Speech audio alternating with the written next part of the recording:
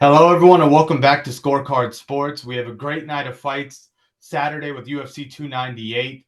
Will Volkanovski prevail and prove that old Volk still has it, or will the young upstart, possible superstar in Ilia Topuria come out on top? We'll find out in this video. But without further ado, let's start with the first fight of the night between Miranda Maverick and Andrea Lee. I believe in this fight, the keys to victory for Andrea Lee will be footwork, staying off of the cage, and staying away from the ground game of Maverick at all costs. Maverick is a great wrestler, grappler, and she's very, very strong for this female 125-pound division. Andrea Lee, I believe, also for this fight, has to use her front kicks to the body, her straight right hand, and her jabs to really just kind of stifle the forward movement of Miranda Maverick. Miranda Maverick is 5'3" with a 65.5-inch reach to Andrea Lee's 5'6", 69-inch reach. And with that being said, Andrea Lee really needs to not let Miranda Maverick gain any ground without making her pay. If she moves forward, she must be punishing the body to make her slow down, because Miranda Maverick in her fights against Jazz Davicius, she did show that when she gets pressured against the cage, when she isn't getting those takedowns and people are working the body against her, she does slow down in fights. And with that being said, on the other hand, what I believe Miranda Maverick has to do is cut off the cage. She does also have pretty decent body kicks and will throw body kicks as well. She needs to use those kicks to stop the lateral movement of Lee when she does get her against the cage. Also, when she does use the leg kicks, backs Andrea Lee up to the cage, when cutting off the lateral movement, once Lee is square to her, Miranda Maverick needs to shoot takedowns, regardless if she gets them or not. If she's not able to complete the takedown, at least she can shoot, then transition up to a body lock clinch and just wear on Lee. Lee has shown that she's struggled with the grappling against elite grapplers in this division. Araujo was able to kind of use a similar game plan, get her down, and once Andrea Lee's on the ground, it seems like outside of getting up, she doesn't have as much defense down there. So that would be the key for Miranda Maverick. It's going to be a great fight at 125. Moving on to the next fight, Oban Elliot versus Val Woodburn. This is going to be the first time we get to see Val Woodburn in his natural weight class and with a full training camp, and I'm looking forward to that. But with that being said, for Oban Elliot, his keys to victory are going to be using straight shots against Val Woodburn's looping shots, because oftentimes Val Woodburn flares out his elbows. He'll look for those overhands, and Elliot has a good jab, straight.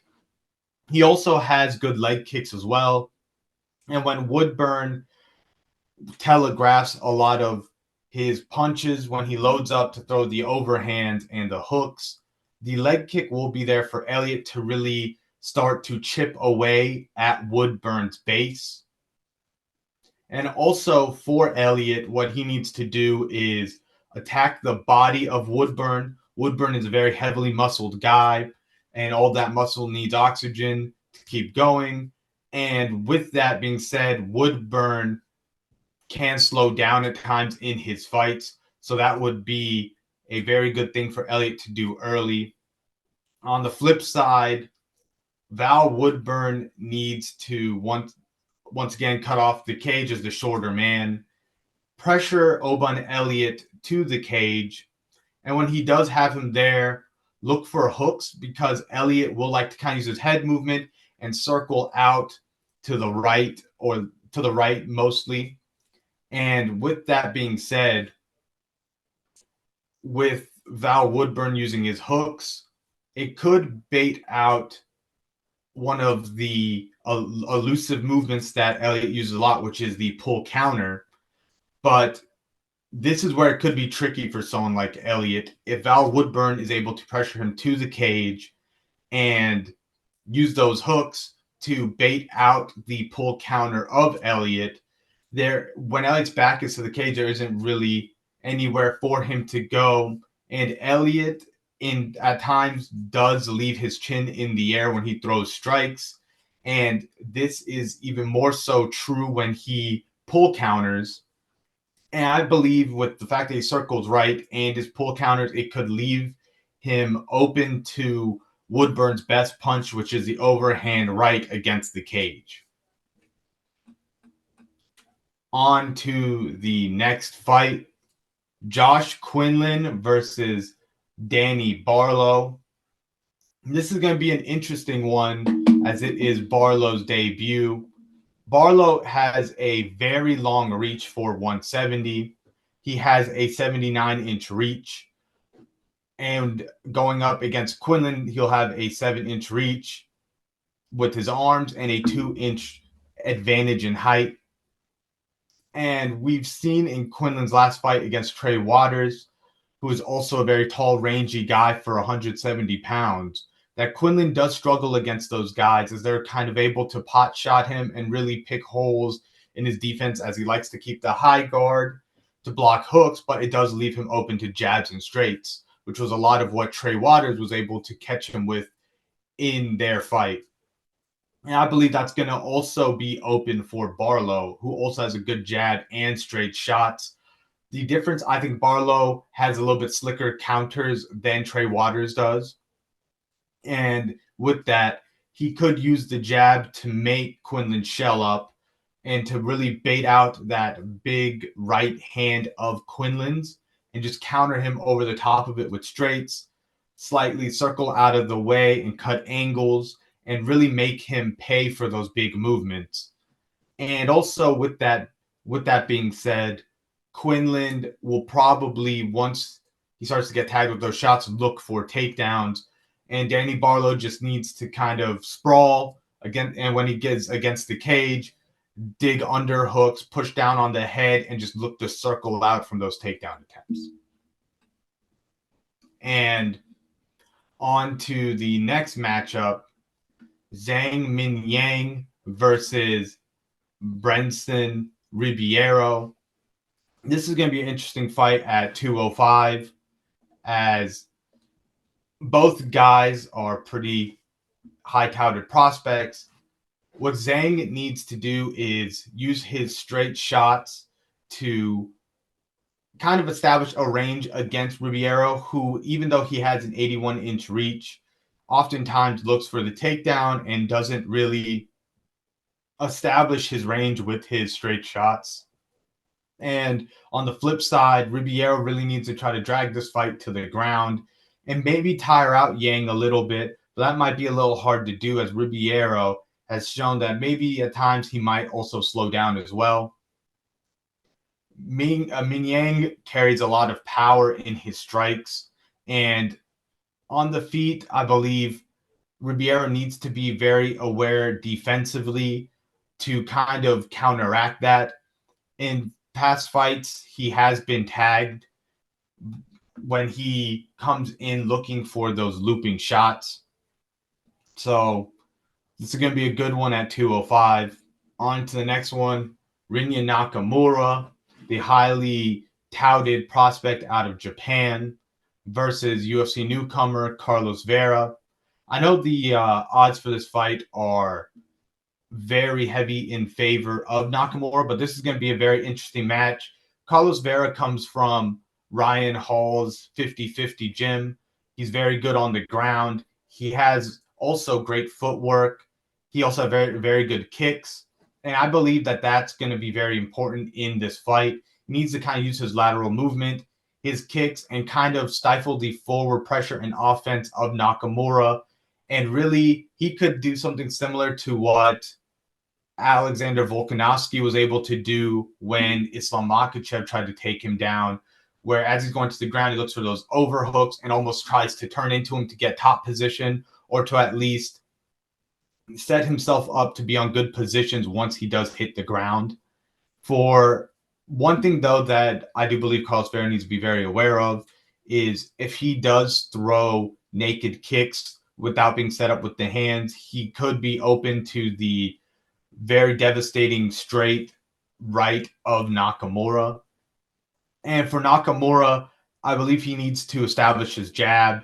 He needs to use his kicks, especially his kicks to the body, and also mix in the takedowns to kind of make Vera have to think about a lot of different things and open up a lot of his own offense. But that's going to be a great fight at 135. I'm really looking forward to seeing Nakamura and Carlos Vera in this fight. Moving on to Marcos Rogerio de Lima versus Junior Tafa. This Junior Tafa is coming in as a last-minute replacement for his brother Justin Tafa, and I think that makes this fight very interesting, as Junior Tafa has a almost completely different approach to mixed martial arts as his brother, where Junior Tafa is 6'3", but he has less of a reach than his brother Justin, but he's very good at moving laterally, setting up his kicks with his taller height. He does have very good kicks, and he actually has shown solid takedown defense, and also in those short clinch exchanges, he has good elbows, good knees, and he's just good at finding little shots here and there to frustrate opponents. The big thing, though, with Junior Tafa is he looks very good early, and that defense that he had, like his grappling defense and those strikes, tend to slow down as the fight goes on, especially people are wearing on him, and that was shown in his fight against Muhammad Usman. And I think with Junior Tafa coming in on such short notice for this fight, he's going to want to start fast. He's going to want to get it going early, and he's going to want to try to find that finish early and maybe kind of overwhelm De Lima, land teeps to the body, leg kicks, jabs, and frustrate De Lima and make him feel like he has to explode forward to kind of regain some of that respect. And in doing so, it will leave him open to the great straight right hand counters of Junior Tafa. But on the flip side, for De Lima going into this fight, I don't think his game plan changes very much. Junior Tafa is an orthodox fighter to his brother Justin's southpaw. And with that being said, I think De Lima can implement a game plan similar to the one he did for Cortez Acosta, where he was able to land outside leg kicks and kind of chop at the legs of the boxer who's kind of looking to stand in front and land his shots in the pocket. And also landing those leg kicks early and using them to be able to get on the inside to where I believe De Lima would want to get this fight, which is in the clinch, to kind of maybe tire out Tafa, who is coming in on short notice. With that also being said, one thing that De Lima needs to worry about, and that he showed in his fight against Cortez Acosta, is he does have a tendency to throw naked leg kicks with that are not set up by the hands, and that could really leave him open to the straight counter shots of Tafa, and that could be very dangerous for him. But with that being said, I think De Lima needs to drag this fight out into the latter half of the second round, third round, where Junior Tafa really needs to finish this fight early. And that'll be an absolute banger at 205. And on to a feature bout between Amanda Lemos and Mackenzie Dern. I think this fight, both these fighters have two fights in common and opponents, one in Jessica Andrade and the other one in Marina Rodriguez. And they both lost to Jessica Andrade. I feel like with Amanda Lemos, hers was more of I would want to say it was more so of a finish that really just kind of came out of nowhere. She got caught in a head and arm submission on the feet, which is very unusual, and that is a move that requires a lot of strength to finish. And with that being said, I don't think that that's necessarily an opening that I could see Mackenzie Dern maybe utilizing. But I do see this fight for Mackenzie Dern being very similar to her Andrade fight, where Mackenzie Dern is going to look to kind of get on the inside, get the fight to the ground, and Amanda Lemos is going to look to keep this fight on the feet and counter. Amanda Lemos has great kicks. She has great boxing counters as well with her straights. And the leg kicks did give Mackenzie Dern a very hard time against Andrade. And Lemos showed in her fight against Andrade that she does have great calf kicks that were also really starting to chip at the base of Andrade in their fight. And against Marina Rodriguez, Amanda Lemos showed that she can counter people who are taller than her and do have a reach advantage over her. She does have the reach advantage in this fight, but the fact that she was able to counter Marina Rodriguez when Marina Rodriguez was trying to blitz in does seem promising for this fight against Mackenzie Dern. I think the main key for Lemos is to stop the takedown and to not really overcommit and blitz at Mackenzie Dern, because Mackenzie Dern will throw that head and arm, and that moves, for it to be successful, it predominantly revolves around having momentum so that Mackenzie Dern can throw over Lemos. And if she's just able to stay composed, fight behind her jabs, her straights, and just kind of keep very good positioning on the feet and just not overextend, I think she can completely eliminate that takedown. And on the flip side, I believe Mackenzie Dern has to wrestle in this fight. She's gotten to a point in women's strawweight where wrestling will greatly benefit her. It's going to be hard to catch a lot of these higher level girls with that head and arm throw. And with that being said, by not having wrestling, when Dern does start to experience adversity on the feet, she isn't able to get the fight to where she is strongest and in her wheelhouse, which is the ground game. And that could be something similar that happens in this fight. So we'll find out if Mackenzie Dern has made those improvements or if Lemos is going to show more of the same and really put on maybe a mirror performance to Dern's last fight against Andrade. On to the next one. Roman Kopylov is coming in and getting his crack at a top 15 guy in Anthony Hernandez. Anthony Hernandez is a guy at 185 who really weaponizes pace and wrestling, almost similar kind of to a 185 Colby Covington. One thing is with Anthony Hernandez, he does have good takedowns. He does throw a lot of good 1-2s, and his boxing has improved. But in the past, he has shown maybe a weakness to body strikes, as his two losses, both finishing sequences, were started off by body shots. And going up against Kopylov, that could be a very alarming weakness, as Kopylov has great kicks to the body, and they are very fast and powerful.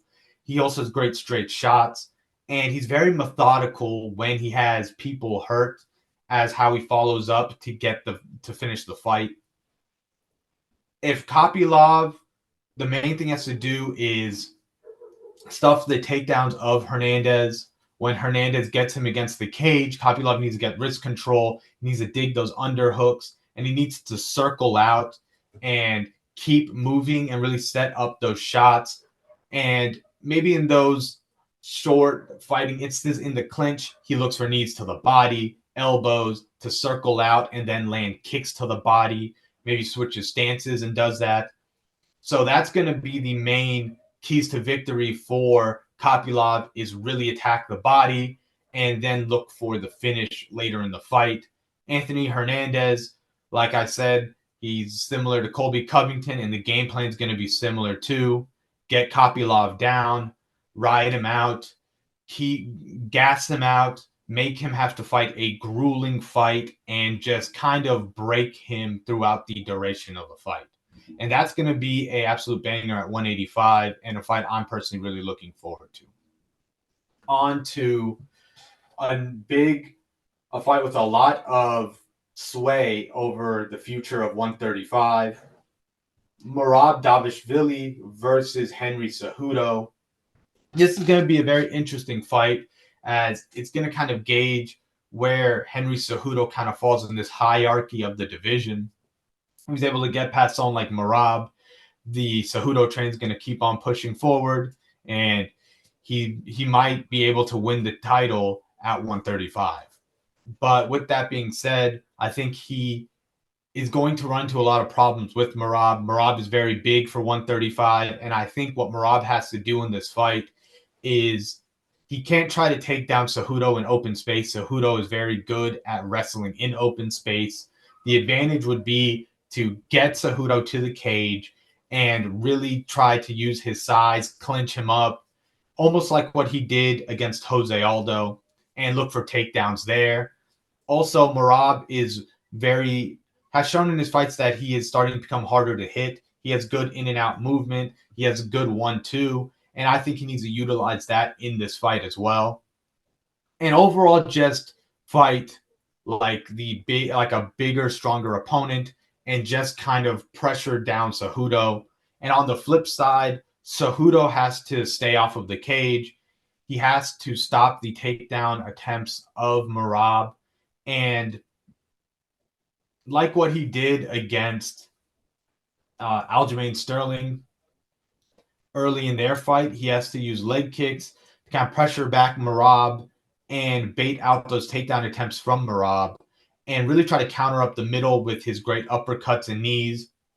He's very fast with those, also with his straight right hand. The other thing with Merab as well is Merab should also probably look for calf kicks in this fight. Same thing with Henry Cejudo. Both fighters move a lot, and it would benefit both of them to stifle the movement of the other. But that's going to be a very interesting back and forth chess match, I believe, at 135. On to another big one, Geoff Neal versus Ian Garry. This one's going to be very interesting, as we haven't seen Ian Garry struggle as much inside the UFC. Against Song Kanan, he did get dropped, and he has gotten rocked in the past. A lot of that came from when Ian Garry was getting in tight into boxing range, and he was looking to rip the body with hooks. He would drop his right hand a little bit. That would leave him open to counter hooks, which Geoff Neal does have great hooks. But Ian Garry, in his most recent fights against D-Rod and against Neil Magny, has been utilizing a lot of kicks, and that will greatly benefit Ian Garry in this fight. He's 6'3", probably one of the tallest guys at 170, actually. And he has a 74.5-inch reach. And with that, he has shown an ability to kind of land body kicks and use his hands to mask when he wants to bring the kicks up high. He has shown also great calf kicks, and I think the calf kicks could work wonders in this fight against Geoff Neal. Geoff Neal has a predominantly boxing approach, although he does have good footwork. He predominantly looks for the straight and hooks, which in this fight against someone like Ian Garry, Geoff Neal is 5'11" with a 68-inch reach. And I think if Garry uses those kicks, it's really going to affect Geoff Neal. And Geoff Neal needs to, almost similar to something we'll talk later in the fight, in the Volkanovski and Topuria fight, he needs to get inside the pocket and make Garry trade with him and kind of back him up or counter him like he did with the forward pressure of Vicente Luque. But that fight is also going to be a very interesting one to watch to gauge how far Ian Garry is going to go in this division. Moving on to Robert Whittaker versus Paulo Costa. This is going to be an interesting one. We haven't seen Paulo Costa has competed once a year for the past 3 years, so it'll be interesting to see how he looks in this fight against Robert Whittaker. I think the main thing for Whittaker is he has to stay in front of the black line around the octagon that kind of symbolized with his back being to the cage, because that's where Paulo Costa wants to get him. In all his fights, Paulo Costa pressures his opponent's back, and he tries to pressure them and really get off those hooks and boxing combination once he does so. And in this fight, I believe Robert Whittaker should utilize his straight shots and his kicks, because in Paulo Costa's last fight against Luke Rockhold was throwing kicks with no real setup behind his hands, and they were landing consistently. And I think with Robert Whittaker's craftiness, his 1-2 high kick, his body kicks, his leg kicks, all of those could really give Paulo Costa a hard time in this fight. And with that being said, I said Costa has to get him to the cage, and I believe that's his one way to victories if he gets Robert Whittaker to the cage and is able to maybe rock Whittaker with a shot and follow up with body strikes and headshots similar to what Dricus was able to do. But that's going to be harder said than done. Also, Whittaker could mix in the wrestling later in the fight and also give Paulo Costa a hard time with that as well. So we'll see if Paulo Costa is going to vault himself back in the title contention, or if Robert Whittaker is going to show that he's still that hungry up-and-coming contender that really wants to capture the title. All right, on to the big main event, Alexander Volkanovski versus Ilia Topuria. This is a great stylistic matchup, and it's one of the ones I've personally been looking forward to a lot. I think the keys to victory for Alexander Volkanovski is going to be early on to stay on his bike, kind of use his footwork, and chop at the legs of Ilia Topuria. We haven't seen Ilia Topuria get leg kicked very much in the UFC, and we haven't seen him have to react to leg kicks. And we know Volkanovski has great calf kicks. He showed that in his fights against Max Holloway. We know he has a great jab. And in doing so, he chips at the legs of Topuria and punishes him for that forward movement. And maybe around round 3, I think Volk should kind of go on the offensive and start maybe pressuring Ilia Topuria, as we haven't seen if Ilia Topuria has the cardio to deal with someone pressuring him. He's been a good ring general up until this point, and he's been able to control the pace of fights with his jab and boxing. But with Volk's well-rounded skill set, his takedown defense, his jab, his calf kicks, and the power he carries in his hands, I wonder how Ilia Topuria will react to someone turning the script on him and then pressuring him. But with the keys to on the other side, the keys to victory for Ilia Topuria is to make Volkanovski fight him in the pocket, to pressure him, because we've seen Volkanovski in the pocket get caught with punches before, and Ilia Topuria does have very slick, great boxing. So he has to pressure Volk to the cage, use his hooks, use his body shots, and come over the top with the overhands and keep him against the cage, and mix in takedowns along the cage as well. Things that just kind of make Volkanovski think and gives him more things he has to be wary of in the fight. And then with that, maybe he goes to the body, mixes in the takedowns, and then he's able to open the big overhand shots and hooks over the top, and maybe he's able to catch Volkanovski and get a finish. But that's going to be a very amazing fight at 145, and it's going to be a big legacy fight for both guys. If Topuria is able to get past Volk, I believe he becomes a superstar, almost like he's used pretty much the Conor McGregor model up until this point for the lead up to this fight. And if Volkanovski wins, That's a new generation fighter that Volk adds to his resume, making it so now he's gone through the previous generation, his generation, and now a new generation. And there will be no doubts that he's the GOAT, and it will make his resume very hard to beat in the future.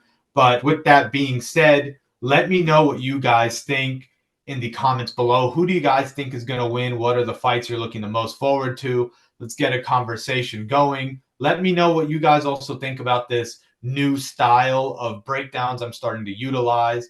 And that would all be greatly helpful. And I hope to see you guys in the next video.